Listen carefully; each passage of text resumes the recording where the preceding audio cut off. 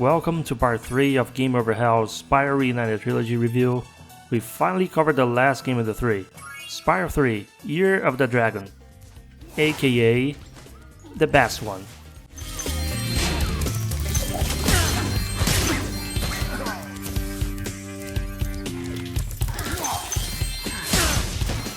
That's right, I didn't like the second game very much and I had a lot of reservations about what Spyro felt like in the first. But Spyro 3 surpassed my low expectations by improving on nearly everything, even the narrative.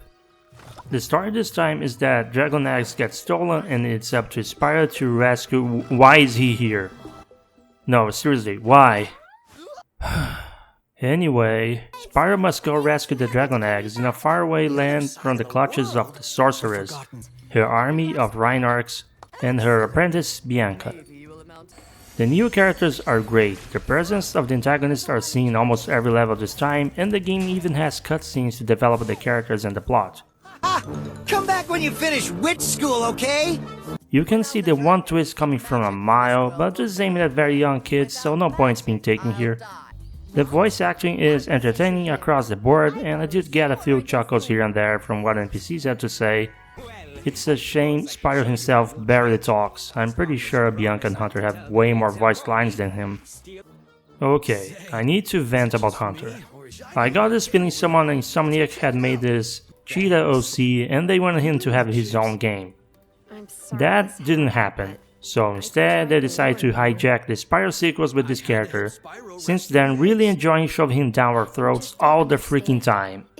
His friendship with Spyro is really forced. Guy was and still is a dick more often than not. Taking your MacGuffins hostage so you can play his shitty minigames, and if you refuse or lose, he even mocks you. He never helps. Falls for the most obvious trap on earth and gets more presence in the narrative than the main character. Hunter is the Jar Jar Binks of the series, but actually worse, since he gets the more important interactions with the apprentice. And while Jar Jar gets rewarded with a position in the Senate, Hunter gets the most undeserved happy ending. They really should have called this game Hunter, the Cheetah Prick, featuring Spyro. With his hideous design and awful minigames, he represents all the bad parts of this trilogy. Thankfully, all the other characters are better designed and better written. I've seen some people say the Sorceress is less memorable than Ripto. I think that makes no sense. Ripto barely does anything, he doesn't have any more personality than she does. At least with the Sorceress you can feel her presence across many of the worlds, and the way she affects Bianca's development makes you feel something. She's also just more of a threat, while Ripto felt like a joke. Let me out of here, you! But, won't that kill them? It doesn't matter, as long as I can still collect their wings! Spyro 3 takes the good from the design of Spyro 1 and 2 and refines it. Levels are varied and vibrant. You get a more equal proportion of traditional Spyro platforming, experimental gameplay sessions, and minigames. Nothing changed about the Spyro platforming. Some of the power-ups from 2 return, and Spyro has his abilities unlocked from the start. It simply feels better because the levels are more creative and distinct playgrounds, more focused on keeping the player on track. As always, they don't overstay their welcome, still mostly compact in size. The minigames are about as bad as they have always been. Yeah, sorry, I never cared for the approach of filling collectathons with tons of minigames with unconventional controls and unbalanced rules. At least this time it seems there is almost always a way to cheese them. New to Spyro 3 are these sections of the levels where you get to play as a different character. Helping Spyro get some of the eggs, you have Sheila, Sergeant Bird, Bentley, and Agent 9. Their gameplay is highly experimental, so your mileage may vary. I, for one, had a lot of fun playing as these characters. I was pleased by how, aside from Sheila's terrible escort mission and Bentley's whack-a-mole minigame, these sections played just fine. They were a nice break from Spyro's normal gameplay. It took me no time at all to get used to how each character controls. I mentioned in part 2 I had the suspicion Insomniac didn't even want to make Spyro 2 originally. 3 makes their dragon and Spyro fatigue even more obvious. The extra characters are clearly the result of them experimenting with gameplay for some other future project. And Agent 9 was probably the main inspiration for how Ratchet and Clank would play.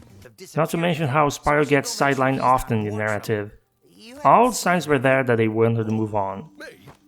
I also like their designs and personalities. A huge improvement over the characters from Avalar. Well, Bird is a little cliche, but he doesn't talk much. There are a few exceptions, and one of them are the baby dragons themselves.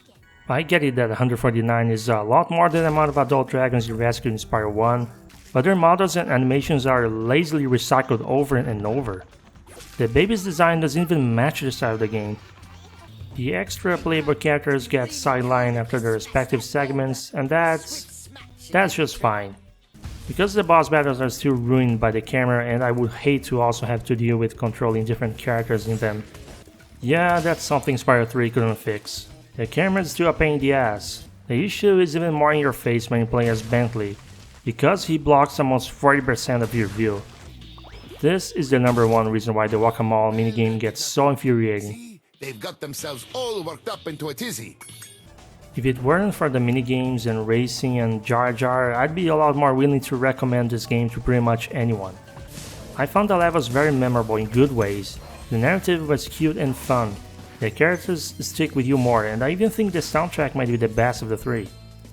There is some small fun service for those who played 1 and 2 first, but you don't miss anything important if you skip straight to Spyro 3.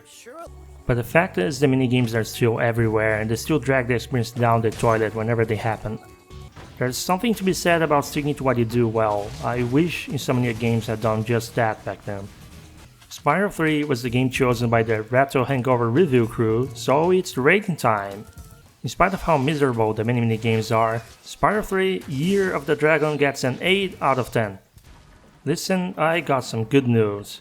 If you're not trying to get all 149 eggs, you can still beat the game without touching any of the crappy minigames. That leaves you with the best parts of the game, the simple bliss of exploring levels or playing the varied support character segments. I suffered through the minigames so you don't have to. So take my advice, do not go for a completionist run. It's not worth it, the reward isn't even fun. Now if you enjoyed this review, please subscribe and stay tuned, cause in the future I'm definitely gonna check out the next game in the Spyro franchise, Legend of Spyro: A New Beginning.